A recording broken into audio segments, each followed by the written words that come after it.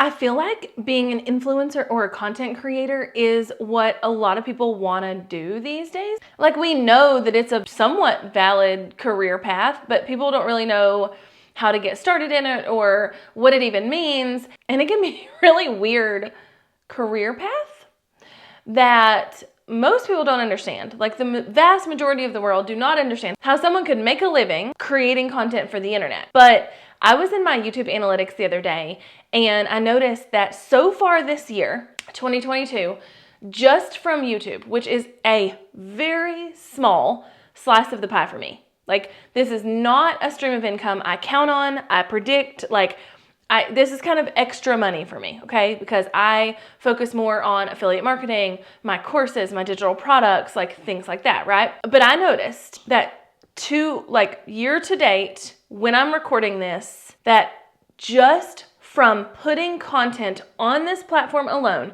YouTube has paid me 73,000 doll hairs. Like, that is insane. If I was still working in corporate in my county where I live, I would not even remotely be making $73,000 a year with one stream of income. Like, there's no way. And so for a platform like YouTube to literally pay me to put videos that I love making to hang out with you guys all the time is insane. I think that as we go on, more and more people want to actually be a content creator, want to actually be an influencer.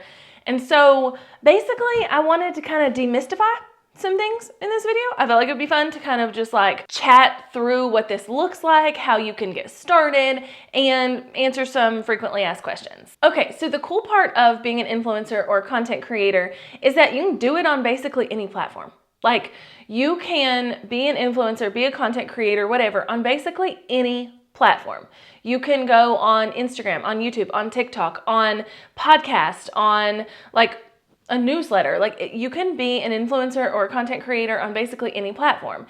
And that's the really cool part, because then you can find whatever platform works best for you and like what you want to do, but also is where your audience hangs out, and that's where you can spend your time. And then from there, you just kind of need to, figure out how you're going to make money, which again, should not be super hard. I have talked a lot on this channel about how creators make money, but this could look like brand deals, affiliate marketing, your own stuff, like digital products or physical products, platform pay, like me talking about what YouTube has paid me this year, courses, memberships, like all of that kind of stuff. And then the even cooler part about this is that yes, you can do all of those things to make money as a creator, but you can then afford the ability to do other things that are going to give you like long-term wealth, right? Like invest in real estate or buy other businesses or start other businesses or whatever. So that's how we see YouTubers using their platform to build out businesses and things that are not necessarily attached to them, so that they have like long-term wealth that they can pass down to their kids or whatever the situation is. So anyway, I guess the first little blurb of this is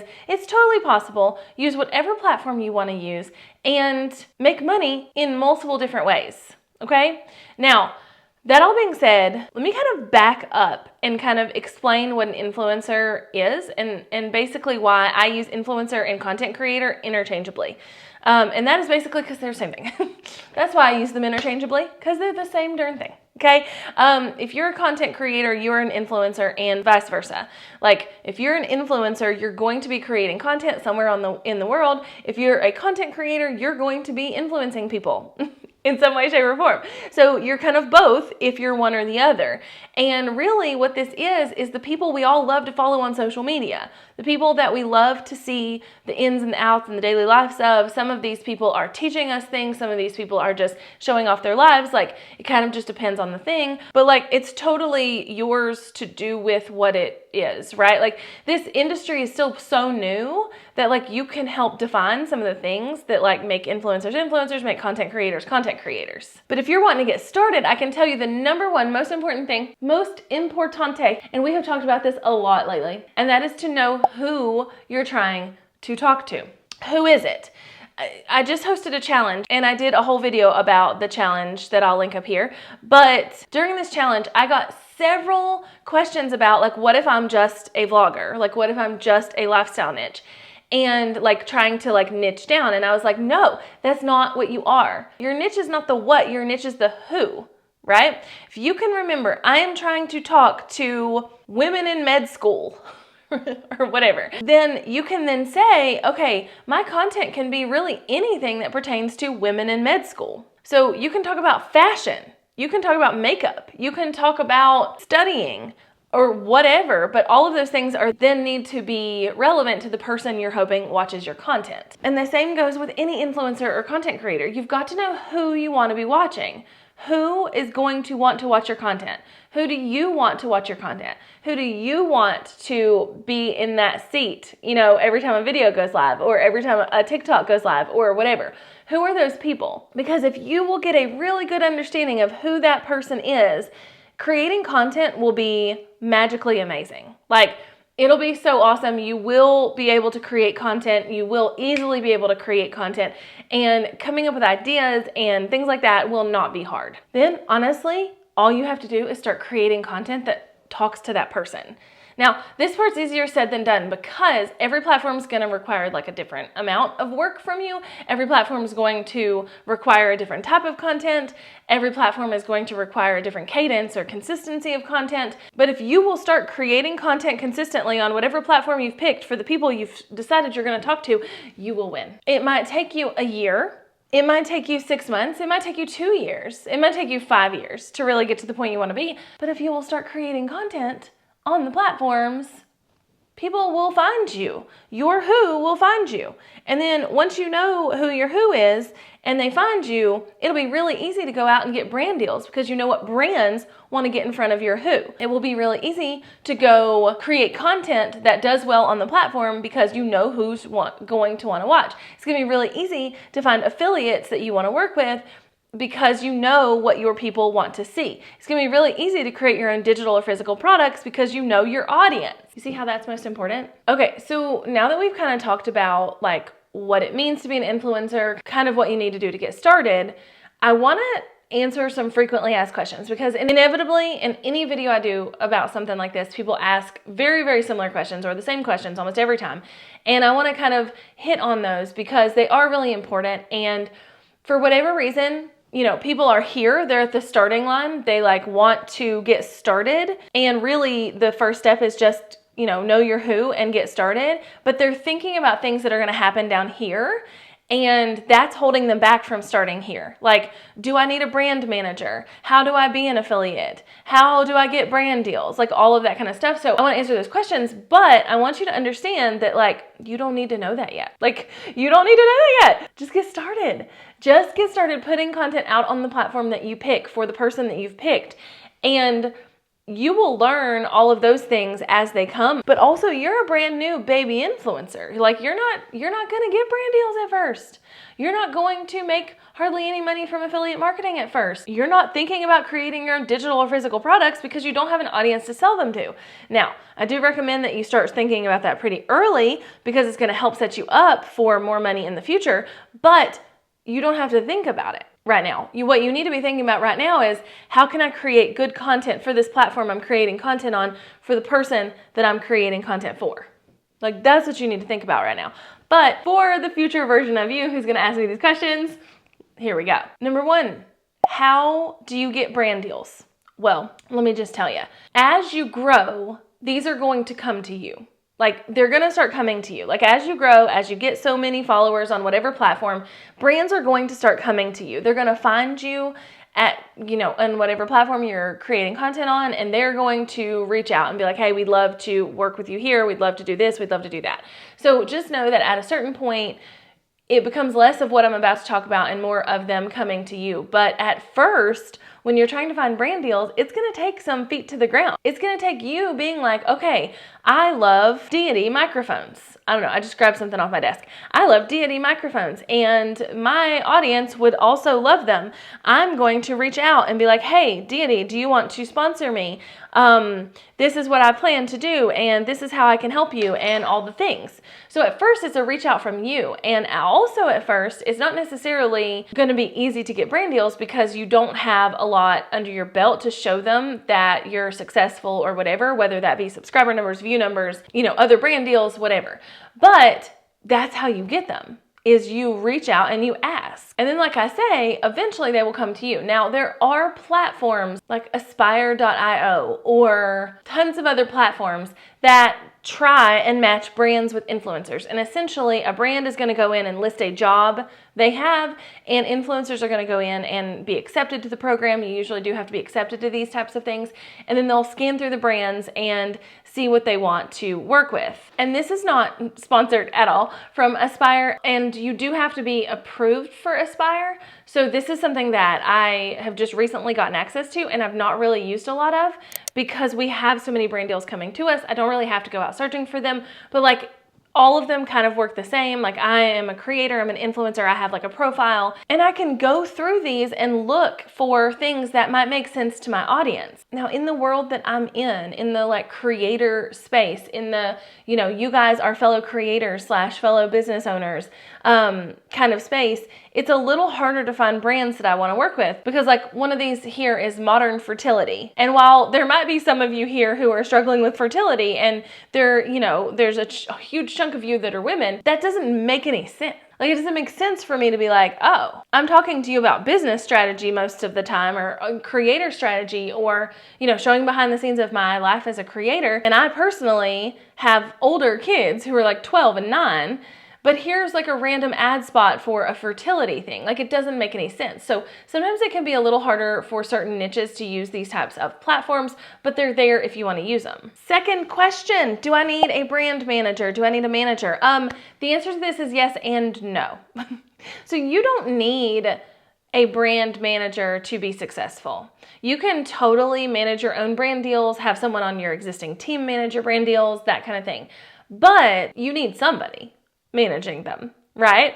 And so what's really easy for a lot of creators, especially in the beginning when they're not really doing that many brand deals anyway, is to go ahead and get with a management company because generally these management companies take a cut of each like brand deal, but they don't necessarily charge per hour or something like that.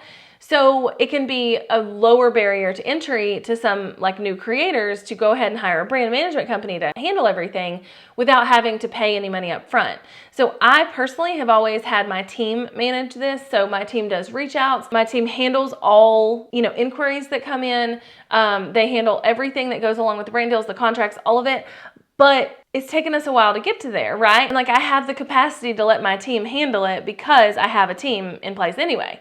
But if you're just getting started, it could be really easy to let a brand management company handle that for you. And yes, I do think it is worth having someone handle it besides you because it is a lot of stuff. It is a lot of emails back and forth. It is a lot of negotiation. It is a lot of contract reading and revising. It is a lot of outreach, especially at first. It is a lot of vetting and like figuring out whether or not these are good brands for you. It's a lot of things. And so it might be good to have somebody who's doing that for you, but you don't have to, especially at first. The third question I will inevitably get is like, how long can I expect it to take me to be able to make a full-time income as an influencer? I don't know. I do not know. We see people skyrocket through this industry all the time. They will be a nobody today, and tomorrow they'll have a video go viral and just absolutely blow the top off of the platform that they're on. Like I talk about Elise Myers all the time, and she's one of my favorite creators. And like nobody had heard of her, nobody knew her, nobody really followed her until she did her taco story, and now she's a freaking sensation. And I saw her post like just the other day that was just a year ago. So within a year, she did that. Like within a year, she like created a big empire for herself, right? As an influencer, as a content creator. But then there's people like me who it takes longer. It takes longer to get to the point where being an influencer is the full-time thing. And honestly, my situation was a little weird because I started as a business owner, and I'm still a business owner, but I started as a business owner, and the reason I even started creating content was to grow the business. And then it morphed into the content is the business and kind of being in that content creator role. But some people, it takes longer. Some people have something viral and have like really good like staying and sticking power, and it happens fast.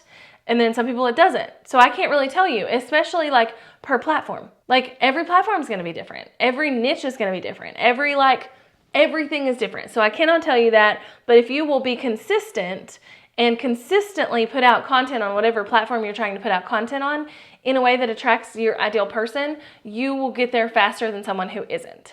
And then last but not least, how much money can you make as an influencer? Y'all, there ain't no limit. There ain't no roof, okay? There is no ceiling to be had. It's not like corporate. It's not like there's like a top out salary. You can make as much money or as little money as you want to make because there's a ton of different revenue streams. Like YouTube has paid me $73,000 this year. We'll probably hit like $90,000 by the end of the year. I could like just have that as my only income stream, but I don't. So the business itself is making way more money than that. Like the business itself as a whole with all the income streams are making way more money than $73,000 or $90,000 or whatever. But if I didn't have all of these other income streams, like my courses and my digital products and my affiliate marketing and my brand deals and all of this stuff, then my top out income is going to be whatever YouTube's willing to pay me. But with multiple streams of income, then you really don't have a limit. Like my business as a content creator will hit somewhere around $500,000 this year. And that's insane. Like I honestly don't know my numbers. I'm terrible. I need to like look at them, and I should have looked at them before this video, but we're going to be somewhere close, okay? And possibly over, right? And there are creators who are making millions and millions and millions of dollars, and there's also creators who don't make enough to quit their full-time job. So it kind of just depends on what you want to put into it and what you want to do and how many streams of income you want to have. And just know that there is no ceiling and there is no top out pay, which by the way is one of my favorite parts of being an entrepreneur as a whole. So if you want to be an influencer, if you want to be a content creator, there you have it. Get started, do it, do the thing, pick a platform, pick a who, figure out how you're going to make money and go. Just go. It may take you a while to get where you want to be. It may take you a little bit to be able to quit your full-time job. It may take you a little bit to do the things you're like imagining in your head, but if you don't start now, you're late. Right? Like the best time to start doing this was 3-4 years ago. The second best time is now, right? So do it. Do the darn thing. You can do it. By the way, I did a TikTok the other day about how I am like so much of a basic bitch sometimes, especially with things like the Stanley Cup or my Lululemon crossbody bag. But also at the same time, I'm really like, I really want to be different. I don't want to be the same as everybody else. It's like a fine line. Somebody has to walk it, you know? So me and my Stanley Cup wish you farewell and good luck on your influencer journey.